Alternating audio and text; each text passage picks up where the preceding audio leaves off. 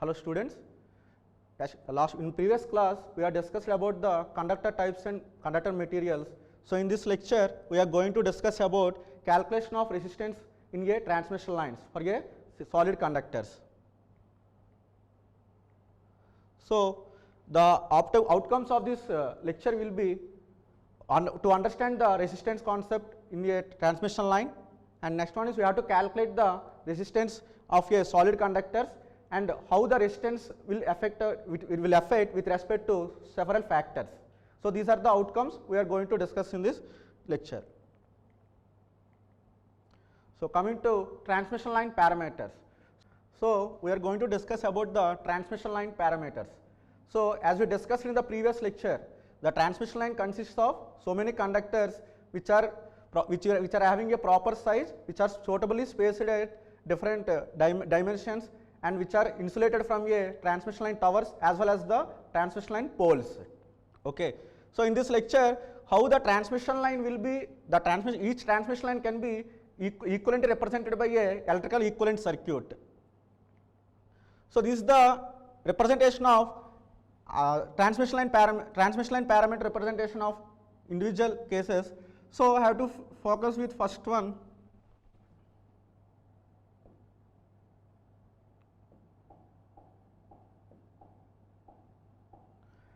So we are having total 4 parameters. The first parameter is resistor. The first parameter is resistor.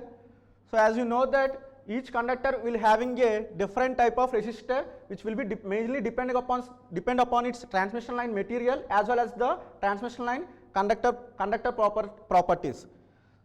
Now moving on to the next parameter of the transmission line is inductor. So here whenever the alternating current passing through the transmission line, the magnetic field will be produced around the conductor which causes a inductor, and this resistance and inductor will be connected, we are represented in a series manner of a transmission line. Okay. Now one more parameter, when for example I have taken three-phase transmission line represented by phase Y, phase R and phase B. Okay. So there is a each and every conductor having a different potential with respect to the magnitude as well as the phase angle. So due to the difference in the potential of these 3 conductors, there should be a capacitance existence between each conductor and a ground. Similarly, there is a capacitance will be existence between these 2 conductors. So this is the third parameter which can be represented in a electrical equivalent circuit by a transmission line. And next parameter is, so even though we are with the suitable precautions we are laying the conductor with respect to the towers, so there should be some leakage of current will be existing from the conductor to the ground through the transmission towers. So these leakage current will be represented by a shunt conductance G. So these are the 4 parameters: resistor, inductor, capacitor and conductance. We can represented from a transmission lines. So here the resistor and inductor can be counted in series, whereas capacitor and conductance will be counted in a shunt parameters. Now moving on to the next slide.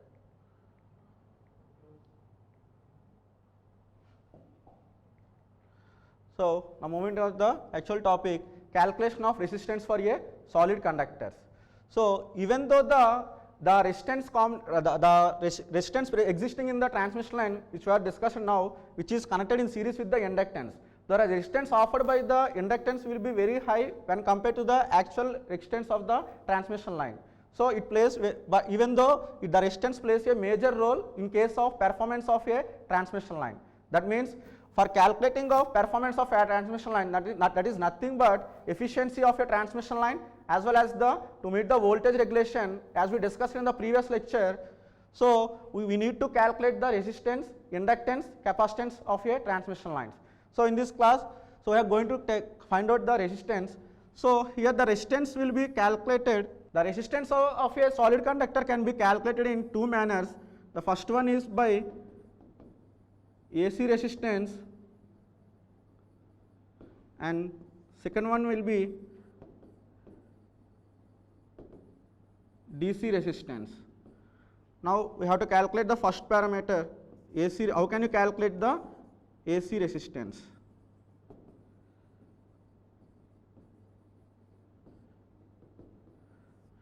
For example, I have to take in one conductor which carries a current of I ampere. I am supposed to flow the current, alternating current of I, which is passing through this conductor, having a length of L meters. Okay. Due to the current passing through this conductor, we know that some amount of power loss will be existing in the transmission line conductor. So we know that equation, the transmission line power losses is nothing but average real power loss existing in a transmission line can be determined by I square into R, right? Where R is not, here I am using that R is resistance offered by the AC current. So from this equation, the RAC can be obtained by P loss by I square. So using this equation, let me take this here as equation 1. So using this equation, RAC equal to P loss by I square, we can determine the AC resistance. Now I move on to determine how can you calculate the DC resistance.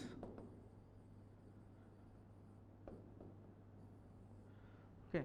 Again I am taken one conductor having a length of L meter and cross sectional area of A, which is having a conductor having a resistive material which is having a resistivity of rho ohm meter.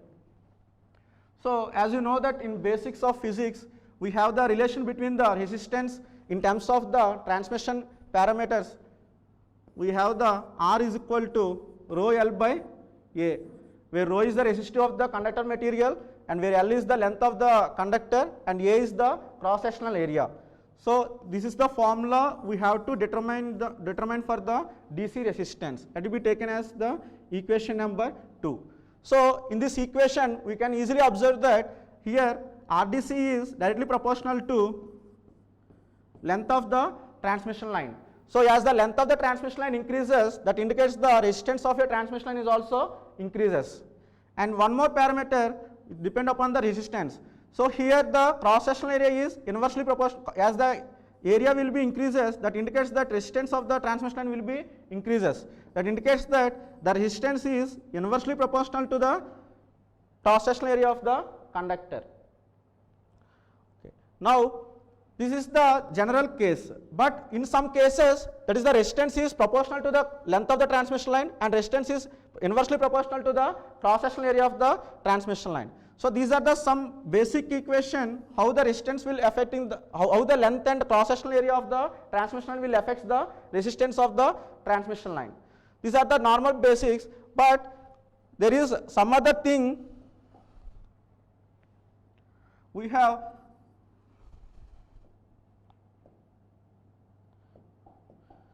But there is some other special case is there, that means as the length and cross sectional area is varies, how the resistance will be varies with respect to the amount of volume of a conductor material which is used in the transmission line be kept constant. That is the special cases which are generally asking in the competitive exams. Now I have to discuss that value. So let me taken how RDC will propose, how RDC will be vary with respect to the L. This is the actual previous equation. Now I am assuming volume of the constant. V will be taken as the volume of the conductor material, which I am taken as the kept constant. How this is this equation is valid or is this equation will be changed, right? So from this equation, previously we have equation RDC equal to rho L by A. I have to multiply this equation with L and as well as divide the equation with L. So from this equation we will get RDC equivalent to rho into L, we get the L square divided by in denominator A into L, that is area of the conductor material into length will use the volume of the conductor material. So here I am assuming this resistivity of the conductor is constant in the previous case, as well as volume of the material will be volume of the conductor material is assumed as constant. Here the resistance is proportional to the L square.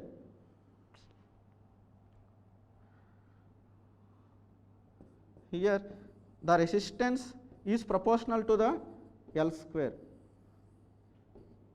So this is the one major equation, how the resistance will be varies with respect to the transmission line when we are assuming the volume of the conductor material is kept constant, right. So we have to find out one more equation, how this resistance will be vary with respect to the cross sectional area when we are assuming the volume of the conductor material is again kept constant. So at this condition V is taken as kept constant. How this resistance is varies with respect to the cross sectional area. Again I have taken the basic equation RDC equal to rho L by A. Now in this equation I have to multiply and divide with the cross sectional area A. So the above equation becomes in the numerator rho into L into A becomes the volume V, divided by in the denominator A into A will gets the A square. As you assume that resistivity of the material is kept constant as well as volume of the material will get kept constant, here the resistance RDC is proportional to the, inversely proportional to the cross sectional area. It will be taken as this equation 4. So if you observe from this previous equation, that is without considering the constant volume, the resistance is proportional to the L, whereas we are assuming the volume of the conductor material used in the transmission line is constant, RDC is proportional to the L square. In the similar manner, without assuming the volume of the conductor material, RDC is inversely proportional to the only cross sectional area, whereas we are assuming constant volume, the RDC is inversely proportional to the 1 by A square. Okay. So this is the way how we are calculating the AC resistance as well as the DC resistance for a solid conductor. Okay. Okay. Now we are going to discuss about what are the factors which influence the resistance of a transmission line. The first factor is resistivity of conductor material. That is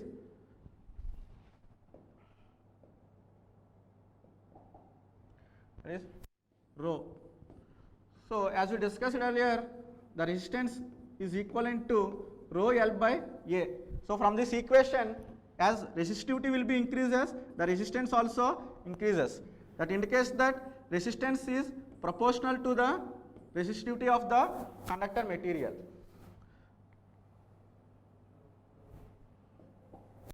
Now next parameter is length of the transmission line.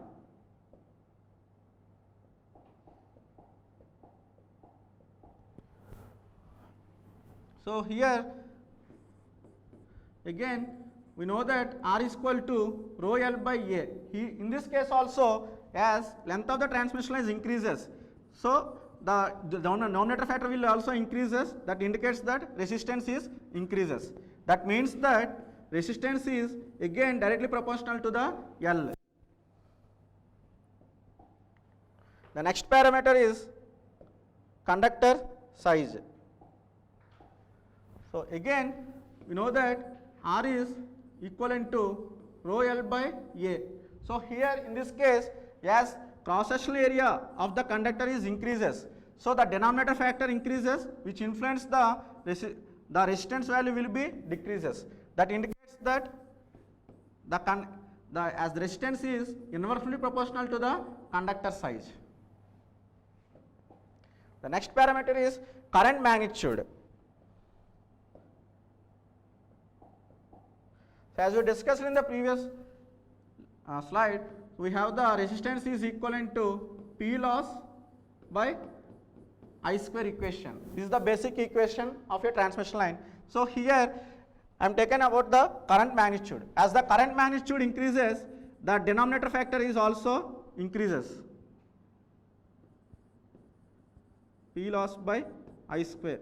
As the current increases, the denominator factor is also increases. That indicates that resistance of the conductor material is also decreases. That indicates that resistance is inversely proportional to the current I square. So this is the relation how the inductor current will be related to the resistance. As current increases, resistance will decreases. The next parameter is frequency. So as you know that frequency in the case of DC,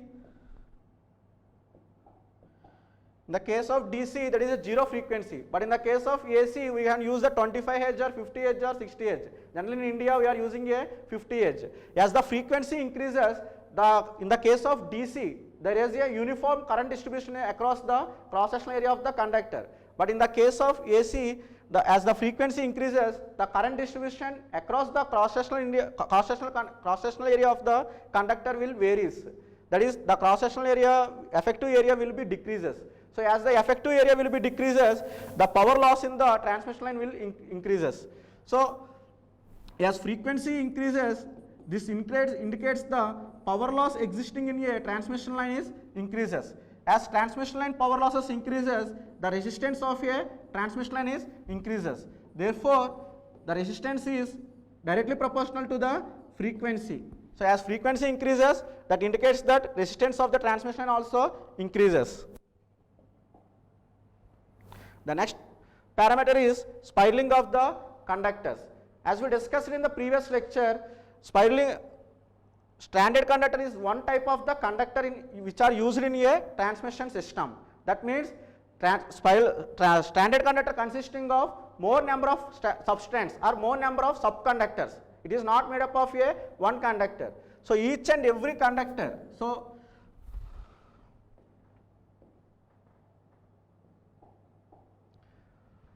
in the case of standard conductors, one conductor will be placed in the middle, and the subsequent layers, some conductors will be placed across one layer, and similarly some other conductors will be placed in a second layer. Likewise, there are so many layers will be placed in order to make a standard conductors.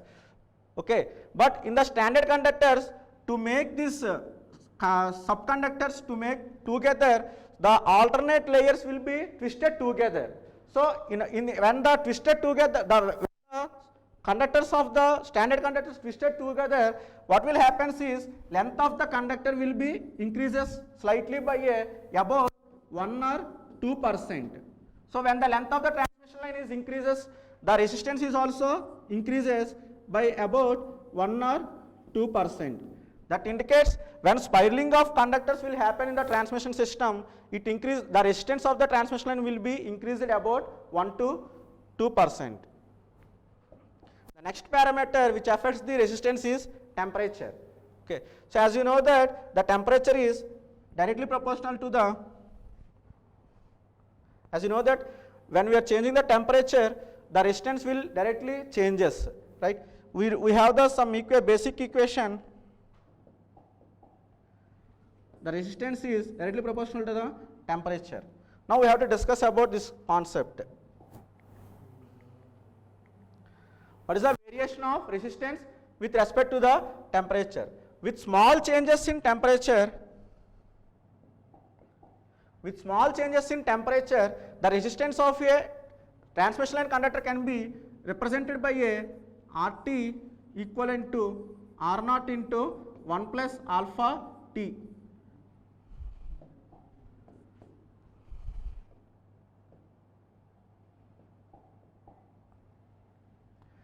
When there is a small change in the temperature, the resistance of a transmission line can be represented by a equation RT equivalent to R naught into 1 plus alpha T.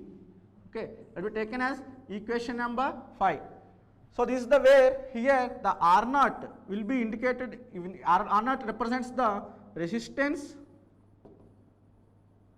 of the conductor at 0 degrees centigrade, where alpha in this equation represents the temperature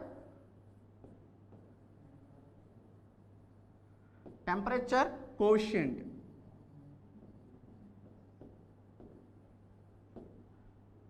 where RT represents the resistance at T degrees centigrade. From this equation, we can simply say that resistance of the transmission line is directly proportional to the temperature. As temperature increases, the resistance of the transmission line is also increases. For example, I have taken, let RT1 be the resistance at T T1 degrees centigrade.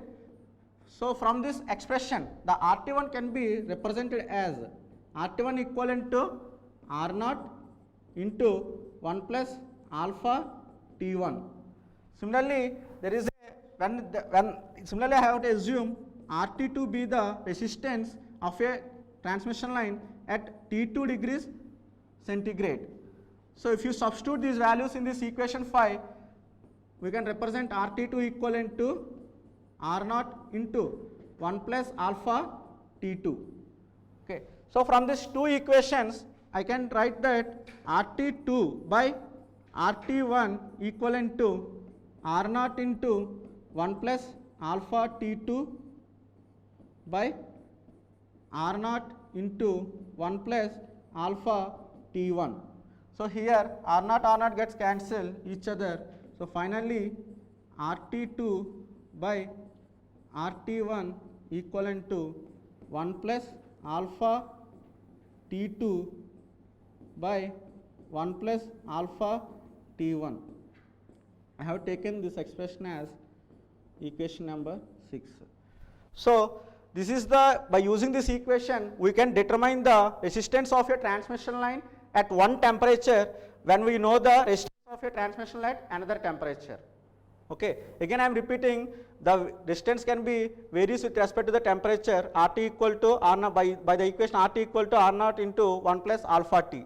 Okay. So when we know the resistance of a transmission line at one temperature, we can easily find out the resistance of a transmission line at another temperature by using the equation 6. Coming to the summary of this lecture, the effective resistance of a transmission line is given by RAC equal to P loss by I square, and the second one is DC resistance is given by the formula RDC by, and factors affecting the resistance of a transmission line. As we discussed in the previous, what are the factors which affecting the resistance is length of the transmission line, resistivity of the transmission line, cross sectional area of the transmission line, frequency, spiraling of the conductors, and temperature of the transmission lines. Now we are going to move problems on this resistance calculation of a transmission line. Now I move on to the first sum. A sample of copper wire has a resistance of 50 ohm and at alpha equal to 0.049 degrees centigrade at 10 degrees centigrade. Find the maximum operating temperature of the wire if the resistance is to be increased by at most 10%. That indicates that here a sample of copper wire is given. At that case the resistance is given as 50 ohm at a 10 degrees centigrade, having a alpha is equal to 0.049. Now we have to determine the maximum operating temperature at which the effective resistance is to be increased by 10%. So the given data for this problem are, I am taken initial resistance of 50 ohm can be taken as R1, which is equivalent to 50 ohm, and let T1 be this 50 ohm is given at 10 degrees centigrade, and this 10 degrees centigrade is assumed as a T1, and temperature quotient alpha is given as 0.00409 per degree centigrade. Just now we have derived the equation. If you know the resistance of resistance at one temperature, we can derive the resistance at another temperature by using the formula RT2 by RT1 is equal to 1 plus alpha T2 by 1 plus alpha T1.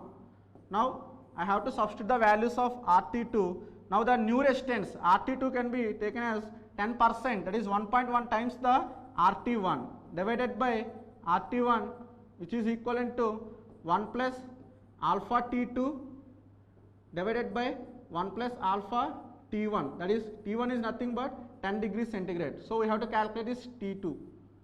So from this here RT1 gets cancelled each other.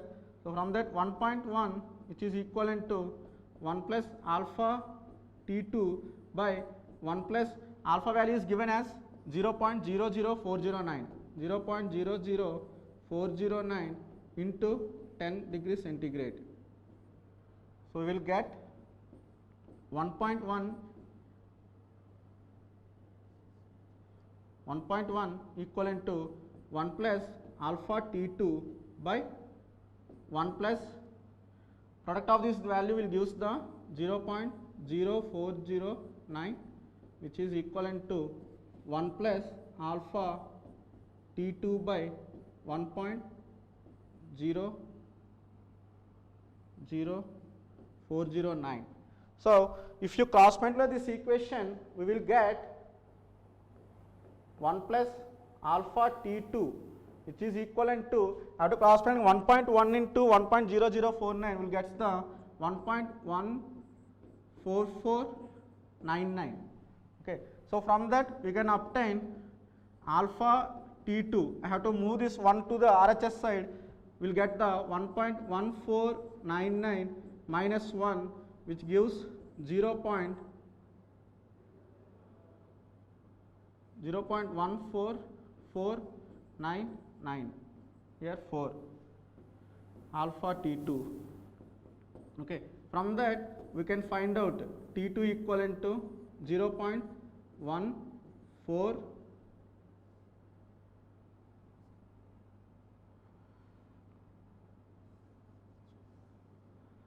T2 equivalent to 0.14499 by T2, sorry, alpha, which is equivalent to 0.14499 by alpha is given from this question 0.00409.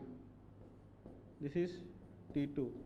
So if you are dividing this equation, we will get T2 equivalent to about 35.4 degrees centigrade. So this is the value that is obtained. This is the maximum operating temperature when the resistance is increased by mostly 10%. Okay, this is the problem. Again repeating. So let us take in this resistance is R1 50 ohm at T1 10 degrees centigrade for the given alpha 0.0049. So we have to determine the maximum operating temperature when the resistance is increased by 10%. So I am assuming this new R2, that is the, and second case this R2 is equivalent to 10% increase, that is 1.1 into RT1. So as discussed earlier, we can find out the resistance at one temp. If you know the resistance at one temperature, we can easily determine the resistance at another temperature by this expression RT2 by RT1 equal to 1 plus alpha T2 by 1 plus alpha T1. So you know that RT2 is equal to 1.1 into RT1 and divided by RT1. I have to substitute all the values except this T2. By solving all this mathematical, we will get the T2 is equal to 35.4 degrees centigrade. So this is the actual answer which is asked by this question. Okay. Now I have to move on to the next problem. Okay. Now coming to this next problem, here a transmission line cable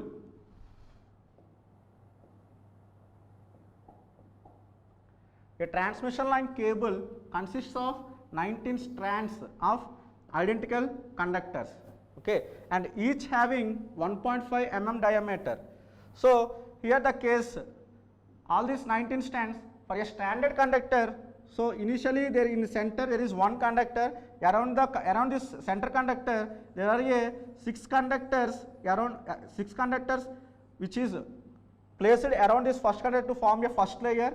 Around this first layer of conductors there are 12 more conductors which are occupied in the second layer. So totally we will get the center conductor 1 and second layer will get the 6 conductors and third layer will get the 12 conductors. So total conductors will get the 19 conductors. So this is the way how all these 19 identical standard copper conductors will be arranged. So here they are represented, this 1.5 mm diameter is for each conductor. So what is the effective diameter of this standard conductor? We can find out this.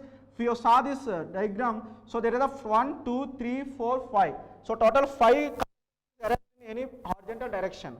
So let me taken capital D be the effective diameter of this entire standard conductor, which is equivalent to 5 times the individual conductor of this standard conductor, that is D, where D is given as 1.5. So we have to find out the effective diameter. D is equal to 5 into 1.5, which is equivalent to 7.5 mm. Now I have to convert this units into meter. So the effective diameter D is equivalent to 7.5 into what is the factor we have to use it to convert the units of mm to the units of length from mm to meter. Simply we have to multiply the value with the 10 power minus 3. So I have to calculate 7.5 into 10 power minus 3 meter. This is the effective diameter. Now I have to calculate cross-sectional area of the conductor, total conductor. A is equal to, as you know, this conductor cross-sectional is in the form of a circle. So as you know that the cross-sectional area of the circle will be in the form of pi by 4 d square. If you know the diameter, if you know the radius of the circle, we can find out the cross-sectional area. A is equal to pi r square. But here we know the diameter. I am using the formula A equal to pi by 4 d square. Now I have to substitute the value of diameter pi by 4 into d is equal to, you are calculated 7.5 into 10 power minus 3 whole square. So now I have to calculate A. So if you substitute the value of D is equal to 7.5 into 10 power minus 3, we'll get, if you use calculator, we can calculate this A is equal to 4.417 into 10 power minus 5. The units are meter square. Okay. Now there is the another case. Here, because of the twist of the strands, the actual length of each conductor is increased by 5%. That means we are having, that we taken L dash is equivalent to, that is new length, L dash equivalent to, it is increased by 5% with respect to the initial length. Let L dash is the new length and L is the actual length. So let me taken, it is increased by 5%, I am represented by 1.05 into L. Now I have to substitute the length, actual length of the transmission line. So what is the actual length of the transmission line is given as 2 kilometers. Okay, the length of the cable, transmission line cable is given as 2 kilometers. I have to substitute this 2 kilometers. Now I have to convert this 2 kilometer into the meter. So we have to multiply with the 10 cube. So 1.05 into 2 into 10 cube will get the new length of the transmission line is about 2100 meter. Okay. So this is the length 2000 to initially the transmission line length is 200 meter, but because of the twist of the stranded conductors it is increased by 5%, so the length is increased from 2000 meters to 2100 meters. Now we have to calculate this resistance of the cable. So the resistance of the cable, we can easily find out this formula, R is equal to rho L by A. Now substituting here I am taken L dash, because I have calculated new length L dash value. So substitute the values of rho. Rho value is given as 1.72 into 10 power minus 8 into L dash. We are already calculated, that is 2100 divided by A, which was already previously calculated, that is 4.417 into 10 power minus 8. So if you use a calculator, by using this multiplication we will get the resistance of the cable. R is equivalent to 0.818. The units of the resistance is ohm. We are calculating per meter of a cable. So this is the resistance value. This is the resistance of the cable when the strands, 19 strands are twisting each other. Okay. So I can again explain this concept. So a transmission line is consisting of 19 strands, each of 1.5 mm meter. The length of the cable is 2 kilometer. So because of the twisting of the conductors, the actual length will be increased by 5%. So at this condition, we have to calculate the resistance of the cable. So for this one, first we have to take 19 strands of standard conductors. So we have to take and making these standard conductors will be, so here initially center one is having one conductor, around this center conductor one layer having a 6 conductors, and around the first layer, second layer having 12 conductors. This is the arrangement looks like here standard conductors. So we have to calculate the total effective diameter. D is equivalent to 5 times the actual conductor diameter, each conductor diameter 5D. If you substitute all the values, we will get the D is equal to 7.5 into 10 power minus 3 meter, and I have to substitute this D in this cross-sectional area formula, we will get the cross-sectional area, and finally we have to substitute these values in resistance formula, R equal to rho L by A, we will get the resistance of the cable value will be obtained as 0.818 ohm per meter. Okay, I hope you are understanding these problems, In the next lecture, we have to discuss about the how to calculate the inductance of a transmission line. Thank you.